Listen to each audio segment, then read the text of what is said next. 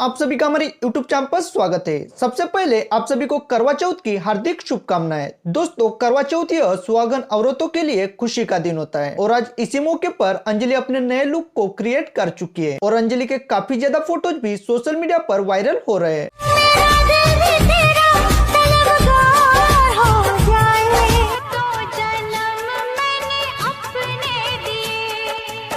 अंजलि चौहान का लुक देखकर काफी ज्यादा लोगों के कमेंट्स आते हैं कि करवा चौथ पर सिर्फ सुहागन औरतें ही तैयार होती रहती है और आज के दिन पर अंजलि चौहान भी तैयार हो चुकी है। तो क्या अंजलि चौहान की शादी हो चुकी है? तो इस पे अंजलि ने मेंशन करते हुए बताया कि ये करवा चौथ का अंजलि ने सिर्फ लुक को क्रिएट किया है, अभी तक अंजलि की शादी नहीं हुई, इसलिए आप कोई भी अंजलि के बारे में गलत ना समझे। रब करे मुझको भी प्यार हो जाए,